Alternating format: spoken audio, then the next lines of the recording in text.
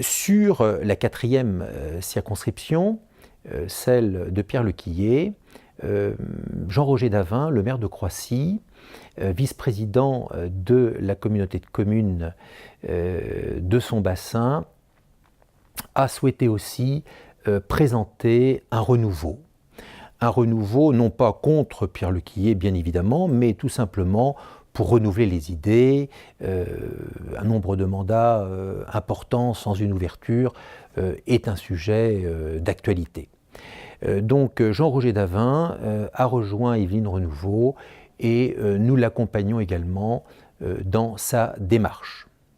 Enfin, la 10e circonscription, qui est une circonscription particulière, celle dite de Rambouillet, avec le fameux binôme Gérard Larcher, Christine Boutin, une dernière élection législative au profit d'une candidate verte gauche, avec une participation qui avait été quasiment la moitié des dernières législatives, qui n'était pas représentative, et Jean-Frédéric Poisson, garçon, un ami que j'aime bien, mais qui a du mal à passer dans sa circonscription.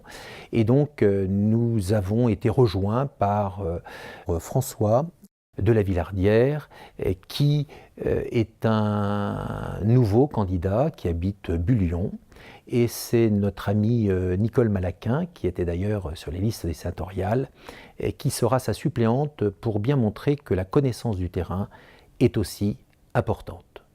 Voici donc le périmètre d'action d'Yveline Renouveau: soutenir ceux qui en ont besoin, réunir autour d'autres candidats de droite une droite diversifiée, et pour la 3e circonscription, qui est celle que j'irai défendre, eh bien, le challenge ou les challenges sont de plusieurs ordres.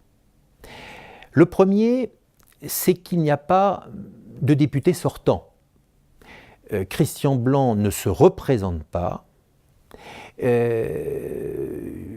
a été un député, peut-être plus un secrétaire d'État, que nous n'avons pas beaucoup vu. D'ailleurs, la presse a relayé son absence de l'hémicycle. Être député, c'est aussi assumer sa fonction. Et puis, depuis de nombreux mois, il faut être franc, nous ne le voyons plus du tout. Il y a donc un renouvellement. La porte est ouverte, et en aucun cas, cette circonscription qui vote largement majoritaire à droite n'est pas le monopole d'un parti politique, pas plus l'UMP que d'autres. Les électeurs vont donc avoir une primaire face à eux, où nous avons au dernier moment eu connaissance du nom du parachuté.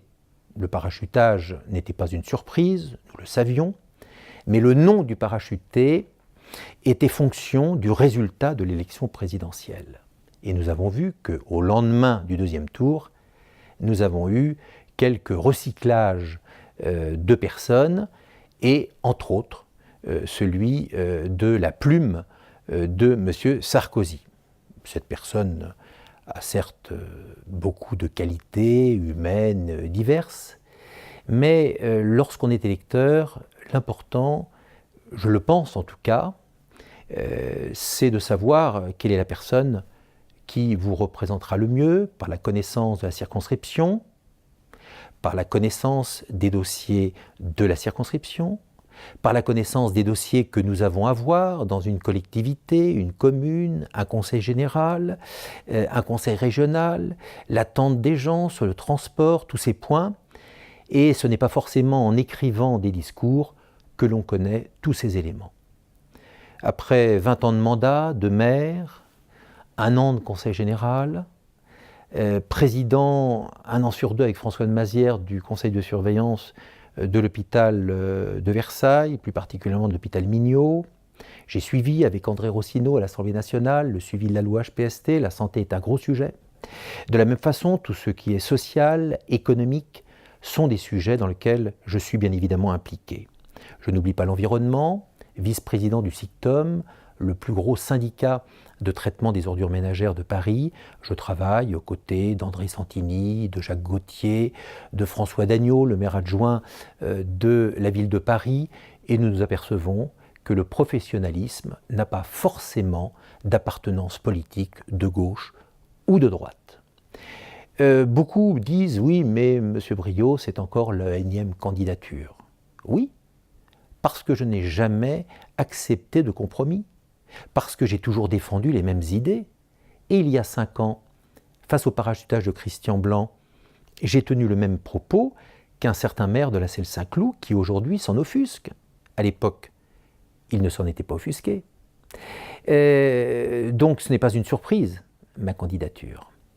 Et puis, lorsque l'on dit que je peux être troublion, mais depuis que je suis élu au Conseil général, est-ce que vous avez entendu des problèmes particuliers dans la majorité que j'ai intégrée, la majorité départementale? Pas du tout. Je joue la règle de l'unité, la règle de la majorité. Mais ça ne veut pas dire pour autant qu'avec Philippe Pivert, au sein même du Conseil général, nous nous taisons sur les sujets qui ne nous conviennent pas. Dans l'arrière-boutique, nous discutons, nous ferraillons. C'est notre devoir. Les électeurs nous ont élus justement pour aller défendre, ne pas être des bénis oui-oui. Ce challenge de l'élection législative de cette année est essentiel. Sur la 3e circonscription, le candidat que vous allez élire ne sera pas ministre, ne sera pas secrétaire d'État. Il n'aura plus aucun lien direct avec le pouvoir. C'est dans l'hémicycle que cela va se passer. C'est en prolongement de tous les dossiers que je vois tous les jours dans la commune, au Conseil général, avec tous mes amis de la société civile. C'est cela que nous voulons faire.